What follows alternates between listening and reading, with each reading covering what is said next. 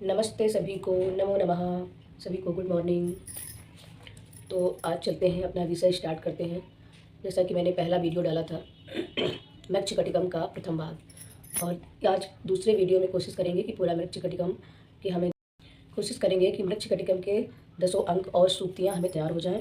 मतलब हम मिल करके तैयार करेंगे, और मैं अपना रिवीजन कर रही हूँ, आप मेरे साथ रिवीजन करिए। क्योंकि आज जैसी सूचना मिल रही है कि बहुत जल्द हमारा एग्ज़ाम होने वाला है और अप्रैल में ही होगा। अब अप्रैल में कोई भी डेट आ सकती है, इस पे तैयारी बिल्कुल चल रही है। तो जैसा कि सूचना आज मिल रही है कि किसी भी समय डेट आ सकती है हमारी, अप्रैल में ही डेट आएगी असिस्टेंट प्रोफेसर और टीजीटी पीजीटी की। तो मैं पढ़ाई तो कर रही थी लेकिन वीडियो नहीं डाल पा रही थी, तो आज हम फिर से तैयारी करेंगे। तो आज दूसरे वीडियो में ही ये मृच्छकटिकम का टॉपिक समाप्त हो जाएगा। और तो हम पहले पीछे देख लेते हैं कि हम क्या क्या पढ़ चुके थे। तो सबसे पहले हमने शूद्रक के बारे में पढ़ा था कि शूद्रक कैसा था, गजेंद्र के समान गति वाला था और समर विषणी था।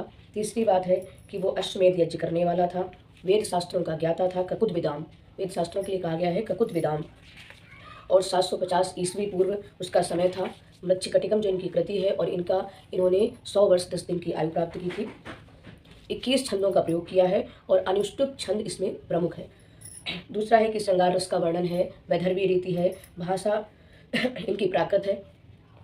दूसरी बात कि इसमें 2 प्रणय कथा है, एक तो चारुदत्त की है और दूसरी मदनिका और सर्विलक की है। पहली चारुदत्त और वसंत सेना की है और दूसरी मदनिका और सर्विलक की है, जो मदनिका सर्विलक कथा का नायक और नायिका है।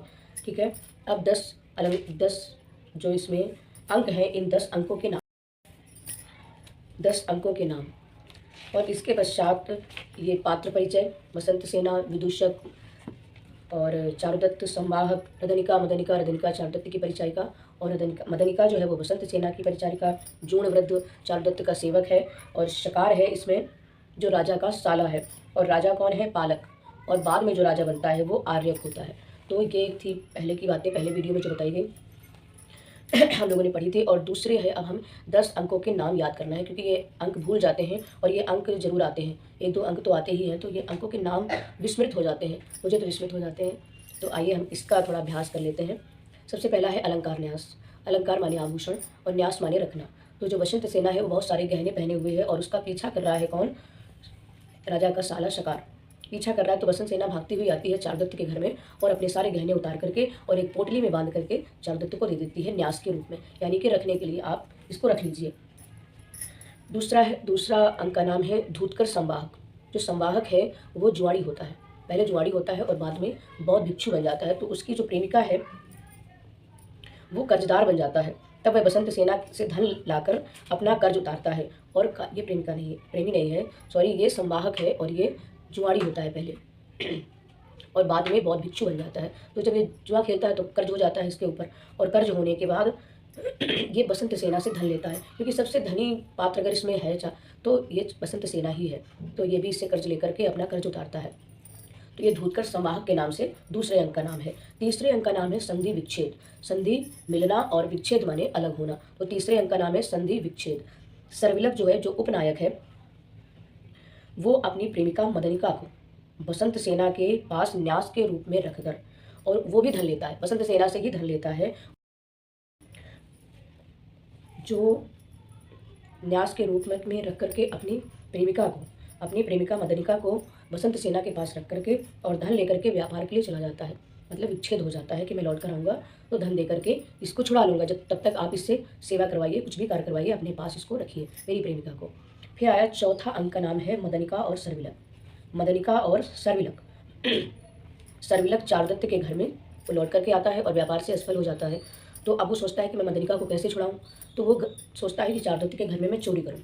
अब चारुदत्त के घर में और तो कुछ उसको मिलता नहीं है, जो बसंत सेना की पोटली रखी थी उसी पोटली को वो चुरा लेता है और चुरा करके वो जा करके बसंत सेना को ही दे देता है। बसंत सेना को दे करके अपनी प्रेमिका मदनिका को छुड़ा लेता है। तो ये मदनिका और सर्विलक, और फिर जाकर के विवाह कर लेता है। ये हुआ चौथा अंक।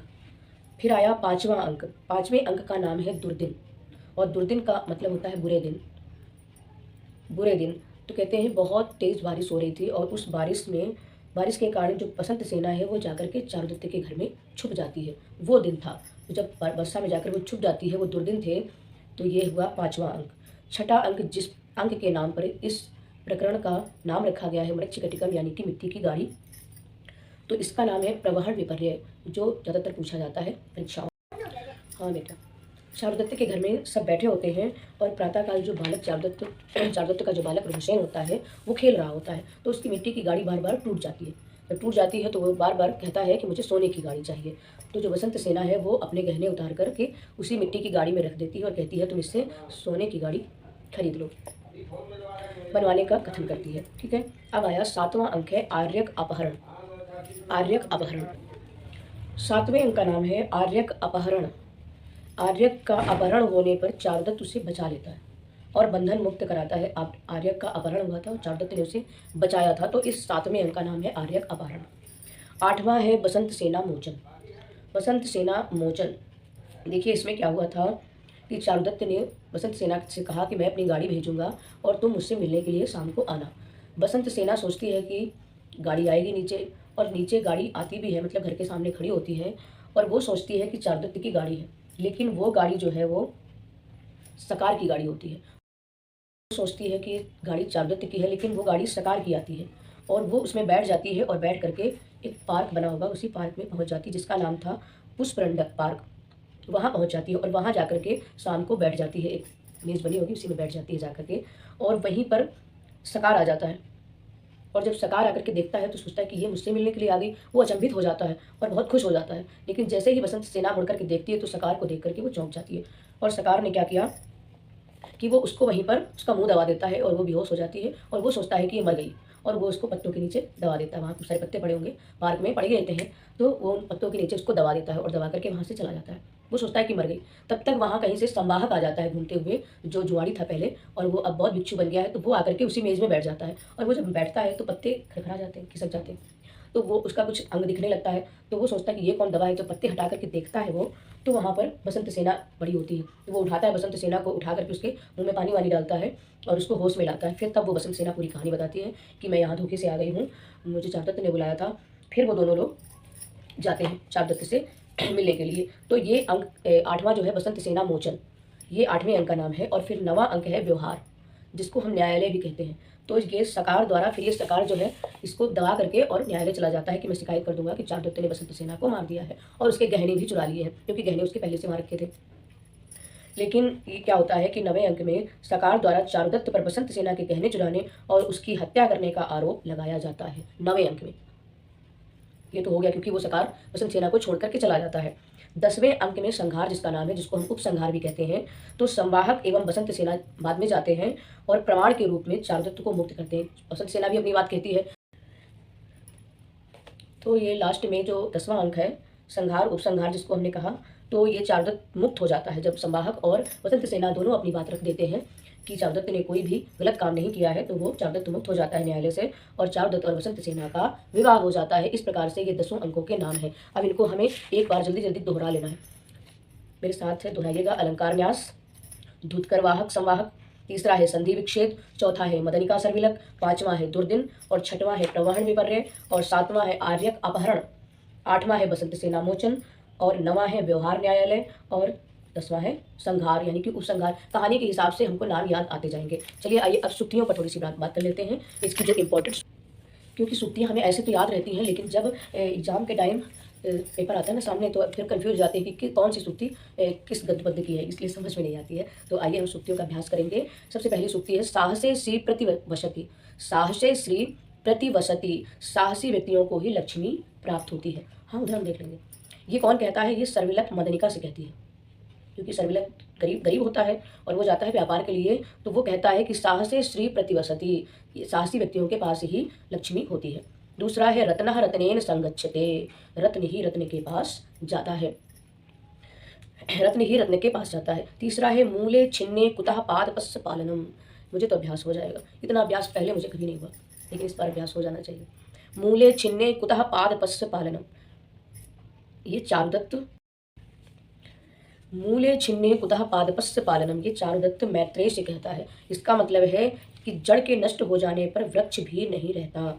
मूले छिन्ने कुतः पादपस्य पालनम, मूल्य मतलब जड़, जड़ के रहने पर, ना रहने पर वृक्ष भी नहीं रहता, स्वाभाविक सी बात है।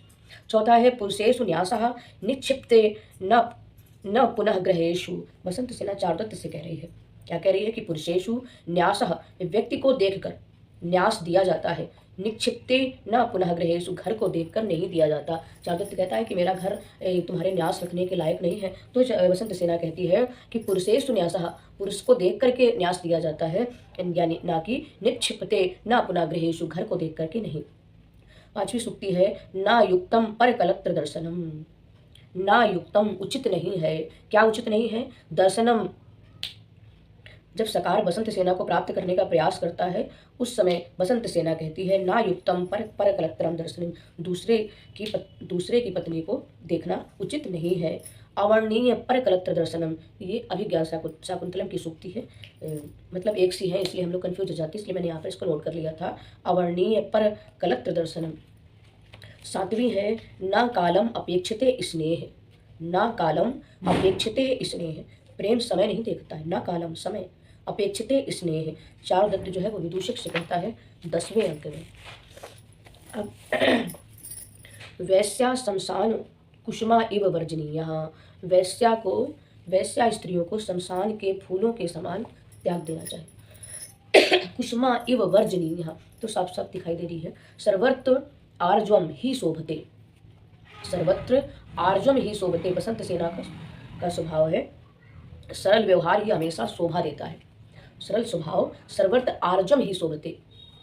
निर्धनता प्रकामम अपरम षष्ठ महापातकम, निर्धनता जो है वो छठा पाप है। निर्धनता प्रकामम अपरम षष्ठ महापातकम।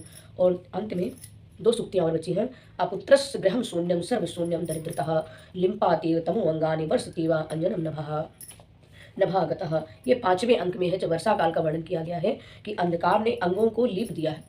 लिम्पातीव तमो अंगानी, जैसे अंधकार की वजह से कुछ दिखाई नहीं देता है, आकाश काजल की वर्षा कर रहा है, बुरे व्यक्ति की सेवा विफल होती है। तो ये थी सूक्तियाँ, इसमें 8-10 सूक्तियाँ थी इंपॉर्टेंट, जिनको हम बार बार दोहरा लेंगे। इसमें कुल पात्र 32 हैं, 32 पात्र हैं, और स्त्रियां इसमें 7 हैं और पुरुष कितने हैं? 25। इस प्रकरण में 7 प्रकार की प्राकृत भाषा बोली जाती है और यहाँ संस्कृत भाषी पात्र जो हैं वो 6 हैं। तो ये थी इनकी कुछ प्रमुख सूक्तियाँ और ये 10 अंकों के नाम, और यही इसमें मेन है वृक्ष कटिकम का। और ये मुझे सबसे सरल लगा इसलिए मैंने सबसे पहले इसी को उठाया है। तो अगले वीडियो में हम मिलते हैं, किस विषय पर मिलेंगे ये तो वीडियो देखने के बाद ही पता चलेगा। तो फिर मिलते हैं, सभी को नमो नमः।